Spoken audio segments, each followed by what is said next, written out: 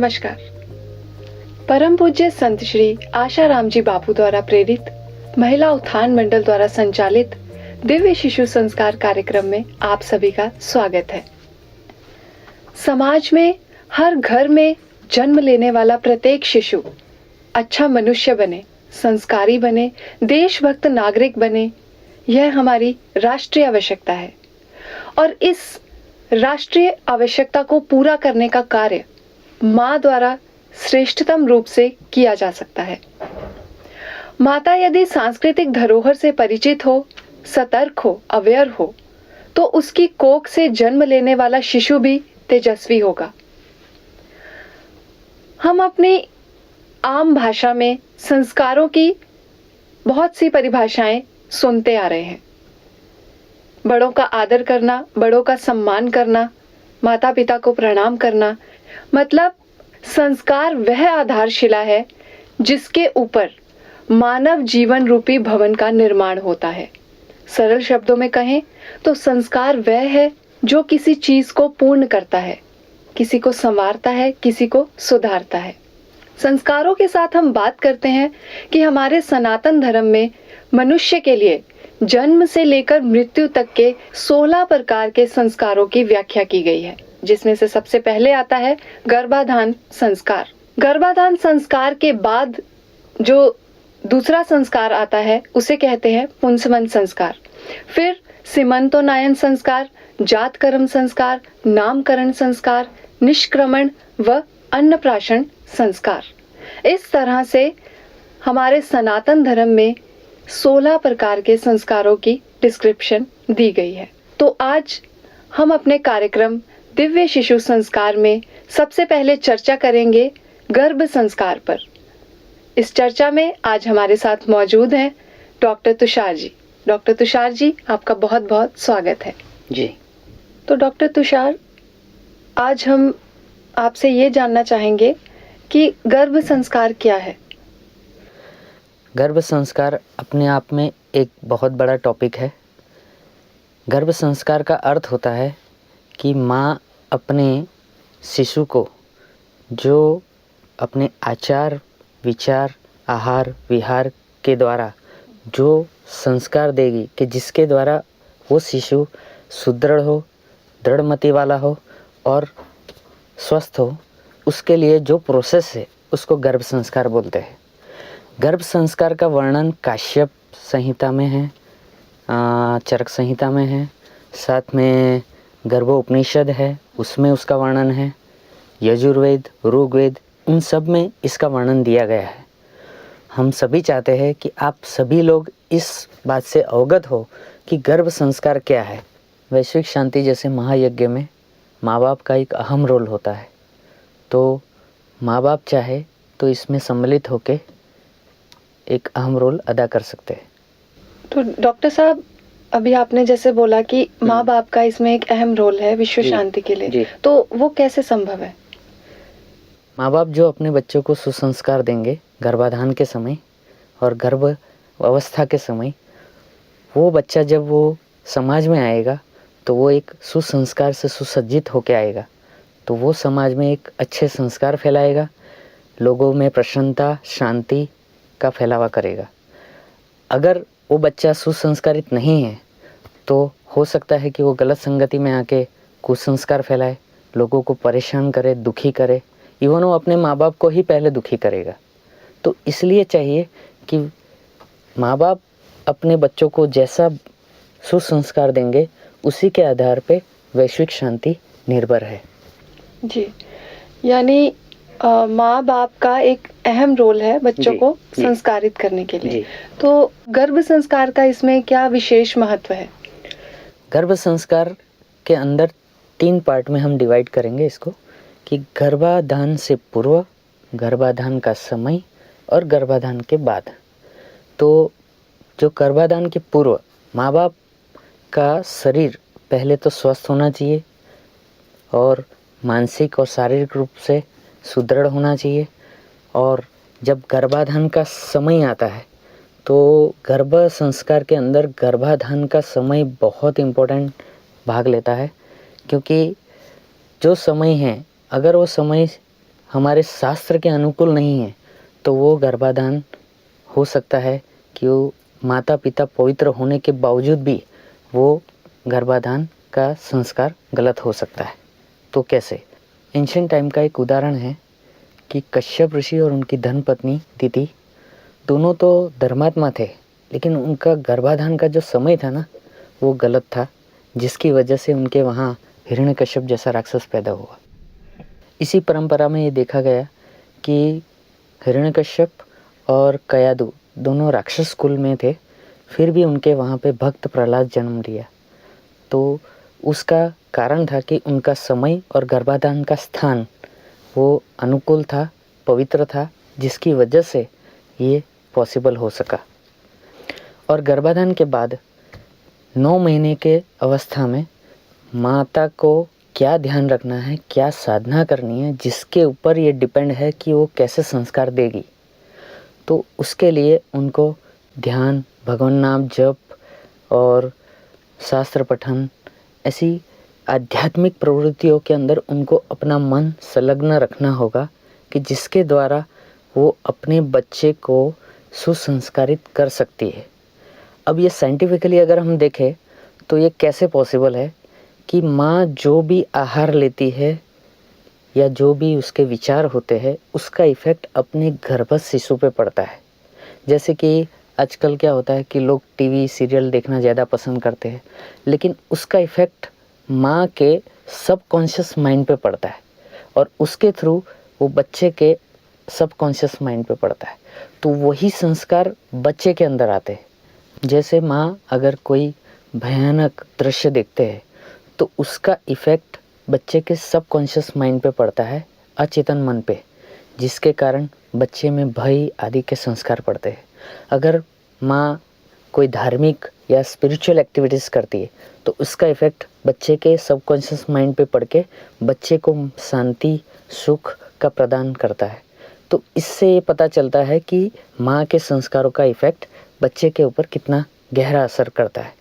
जैसे कि एक एग्जांपल है कि माँ अगर कोई डेली रूटीन में कोई भजन या कीर्तन सुनती है तो उसके इफ़ेक्ट बच्चे के ऊपर ऐसा पड़ता है कि वो बच्चा शांत होने लग जाता है।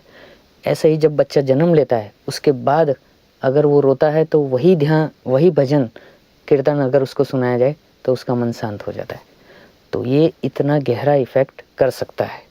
अभी जैसे डॉक्टर साहब ने बताया कि गर्भावस्था में माँ जैसा भी देखती है, जैसे सीरियल देखती है तो बच्चा भी वैसा वैसा ग्रहण करने लगता है। तो अगर वो माँ एक अच्छी चीज़ देखेगी, आध्यात्मिक वातावरण में रहेगी तो वैसा ही बच्चा उसका ग्रहण करेगा।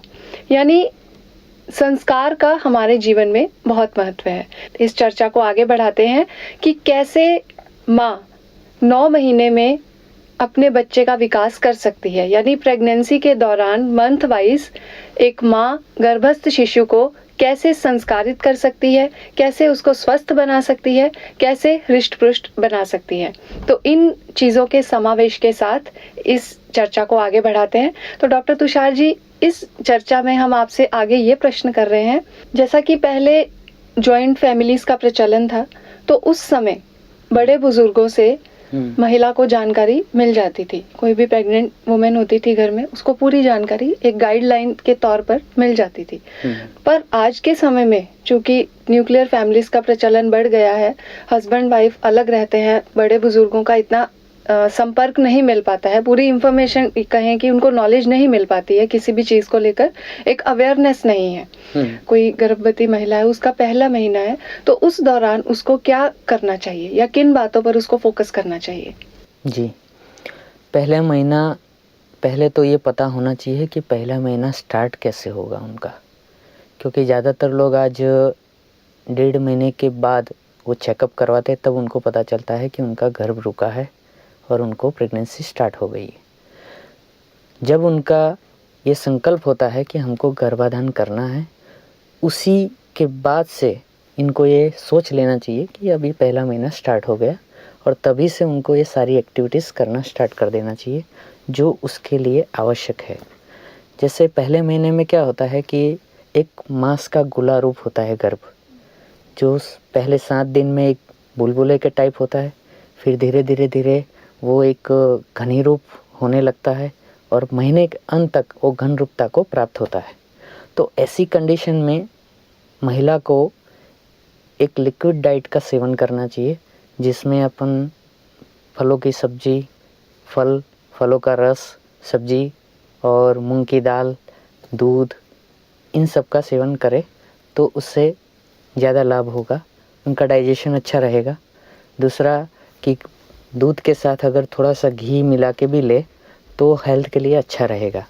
दूसरी चीज़ है कि पंचभूतों का आह्वान करना चाहिए गर्भवती महिला को, क्योंकि पहला महीना जो होता है ये माना जाता है कि हमारा शरीर 5 भूतों से बना हुआ है। तो इन पंचभूतों का आह्वान करते हुए अगर वो उसको आध्यात्मिक रूप से ले तो उसका इफ़ेक्ट अपने गर्भस्थ शिशु के ऊपर ठीक से और अच्छी तरह से पड़ता है। तो वो कैसे कि पंचभूतों में पहला है आकाश तत्व, जिसका बीज मंत्र है खम। उसको जपते हुए ये भावना करें कि मेरा शिशु विशाल भावना वाला हो। दूसरा बीज मंत्र है वम, जो जल तत्व का प्रतीक है। उस समय ये भावना करें कि मेरे शिशु में शीतलता और सरलता आए। तीसरा बीज मंत्र है बम, जो वायु तत्व का प्रतीक है, और उससे ये भावना करें कि मेरा शिशु सर्वव्यापी हो। और रम मंत्र अग्नि तत्व का प्रतीक है, तो उससे ये भावना करें कि मेरा शिशु ओजस्वी तेजस्वी हो और विघ्न बाधाओं को काटने वाला हो। और लम मंत्र है जो पृथ्वी तत्व का बीज मंत्र है, जिसको जप करते हुए ये भावना करें कि मेरा शिशु स्थिरता को प्राप्त हो, घनता को प्राप्त हो और वो निष्पक्ष हो।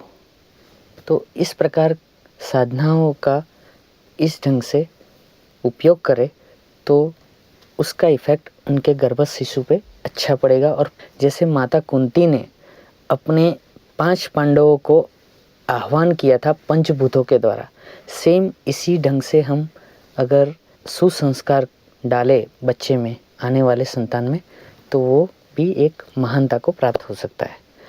अब पहले महीने के 14वें दिन के बाद सबसे पहला न्यूरॉन बनना स्टार्ट होता है। तत्पश्चात प्रति मिनट 2.5 लाख न्यूरॉन्स बनने स्टार्ट हो जाते हैं और 90% मस्तिष्क का विकास गर्भावस्था के दौरान ही हो जाता है। इसलिए इस अवस्था में जितना ज़्यादा हम ध्यान देंगे संस्कारों पे, उसका इफ़ेक्ट उतना ही गहरा रहेगा। और इस समय ये आवश्यक है कि एक गर्भ संवाद का भी अगर लोग उपयोग करें और उसके द्वारा वो अपने बच्चों को गर्भ संवाद सुनाएं, तो उससे उस बच्चे के अंदर बहुत अच्छे सद्गुण आ सकते हैं। पहले महीने में अभी आपने बताया मंत्रों के बारे में बताया कि मंत्रों का अगर जप करे, खम मंत्र, लम मंत्र, जैसे कि आपने बीज मंत्रों का बताया, तो उसके द्वारा भी बच्चे को संस्कारित किया जा सकता है।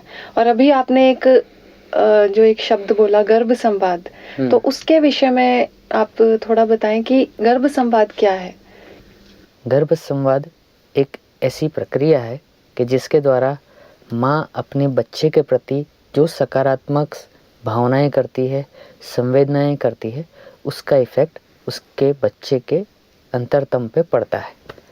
तो गर्भ संवाद के समय माँ एक आध्यात्मिक ढंग से एक प्रोसेस के रूप में उसको कर सकती है, जैसे कि वो एक पॉजिटिव विचारधारा के द्वारा अपने बच्चे के प्रति एक भावनाएं करे कि मेरा बच्चा स्वस्थ हो, सुंदर हो, बुद्धिमान हो। इस ढंग से वो भावनाओं को अपने बच्चे के प्रति प्रसारित कर सकती है। तो इसको बोलते हैं गर्भ संवाद। और गर्भ संवाद का इम्पोर्टेंट फर्स्ट मंथ से ही क्यों है, क्योंकि उसी टाइम पे जो फर्स्ट न्यूरॉन डेवलप होता है, तो उस समय जो चीज़ें डाली जाएगी गर्भस्थ शिशु के अंदर, वो अपने इम्प्लिसिट मेमोरी में उसको फिट कर लेता है। तो इसके द्वारा वो चीज़ें हमेशा के लिए वो बच्चे के मस्तिष्क में स्थित हो जाएगी। अब गर्भ संवाद की पूरी जानकारी हमारे पास इस सीडी के रूप में है, इसका भी आप लाभ ले सकते हैं। अभी पहले महीने में हमने जाना कि प्रेग्नेंट वुमेन के लिए एक जो विशेष है वो है गर्भ संवाद। यानी गर्भ संवाद डॉक्टर साहब ने अभी बताया कि एक ऐसा संवाद कि माँ अपने बच्चे के साथ बातचीत के दौरान भी उसको संस्कारित कर सकती है। अभी आपको एक MP3 भी दिखाई गई दिव्य शिशु संस्कार की, जिसमें गर्भ संवाद पूरा ऑडियो के रूप में आप प्राप्त कर सकते हैं। अभी बात करते हैं दूसरे महीने की। तो डॉक्टर साहब, दूसरे महीने में ऐसा सुना जाता है कि बच्चे के गर्भस्थ शिशु के प्रजनन अंगों का विकास होना शुरू हो जाता है, यानी रिप्रोडक्टिव ऑर्गन्स विकसित होने शुरू हो जाते हैं। तो ऐसे में जो गर्भिणी है, प्रेग्नेंट वुमेन है, उसको किन किन बातों पर फोकस करना ज़रूरी है?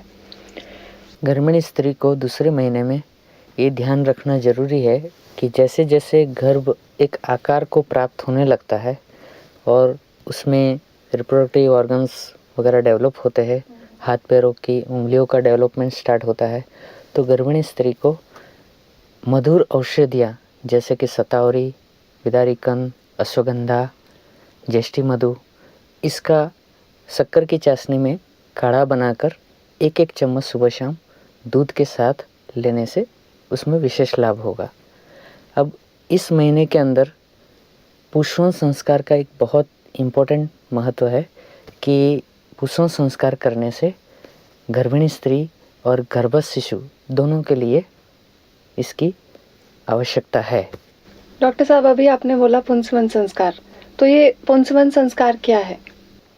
पुंसवन संस्कार के बारे में जानना हर एक गर्भवती महिला को बहुत ज़रूरी है, क्योंकि पुंसवन संस्कार अर्थात वेदों के 16 संस्कारों के अंदर इसको दूसरे महीने के अंत तक पूरा करने का विधान है, जिसमें विशिष्ट औषधियों को गर्भवती स्त्री के नथुने में डालकर और वैदिक मंत्रों द्वारा उसका उपयोग करके फिर उसका संपन्न किया जाता है, जिससे कि उसका इफ़ेक्ट गर्भवती महिला के ब्रेन के अंदर उसका असर हो।